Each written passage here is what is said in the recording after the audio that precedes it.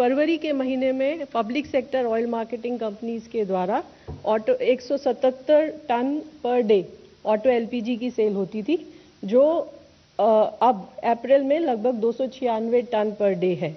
ये बेसिकली इसलिए है कि बहुत सारा जो प्राइवेट जो कंपनीज थी सेल करती थी, उनका भी शेयर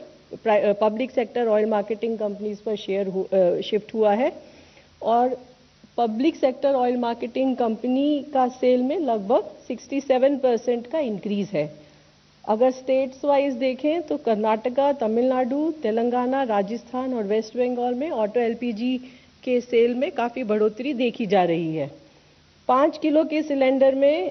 के संबंध में मैं बताना चाहूँगी कि जैसा आप जानते हैं कि इसकी संख्या काफ़ी इंक्रीज की जा चुकी है। कल तक लगभग 100 अवेयरनेस कैंप किए जा चुके हैं और इन कैंप्स में लगभग 80,000 5 किलो के सिलेंडर्स की सेल हुई है। इसके अलावा मैं आपको बताना चाहूँगी कि 23 मार्च से लेकर अब तक लगभग 16.5 लाख 5 किलो के सिलेंडर्स की सेल की जा चुकी है। पीएनजी नेटवर्क के संबंध में जैसा कि आप जानते हैं कि भारत सरकार का ये प्रयास रहा है कि पीएनजी नेटवर्क को एक्सपैंड किया जाए ताकि एलपीजी के ऊपर जो प्रेशर है वो भी कम हो और इसके अलावा पीएनजी अपने आप में एक बहुत ही एफिशिएंट फ्यूल है। इस संबंध में राज्य सरकारों से भी को लिखा गया, सेंट्रल गवर्नमेंट मिनिस्ट्रीज को भी पत्र लिखे गए और जिसके फलस्वरूप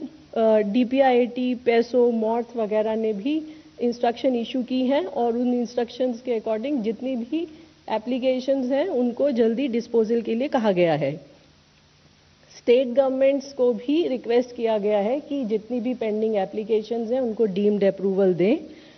इस संबंध में मैं ये बताना चाहूँगी कि ministry of forest, environment, forest and climate change ने भी एक ऑर्डर इशू किया है 7/4/2026 को और इसके द्वारा जो भी एप्लीकेशंस पेंडिंग है फॉर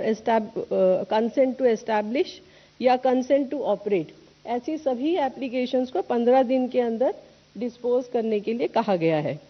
मैं आपको ये भी बताना चाहूँगी कि सीजीडी से संबंधित जो पाइपलाइन है वो ग्रीन कैटेगरी में होती है और जो फ्यूल डिस्पेंसिंग यूनिट्स हैं वो वाइट कैटेगरी के में आती हैं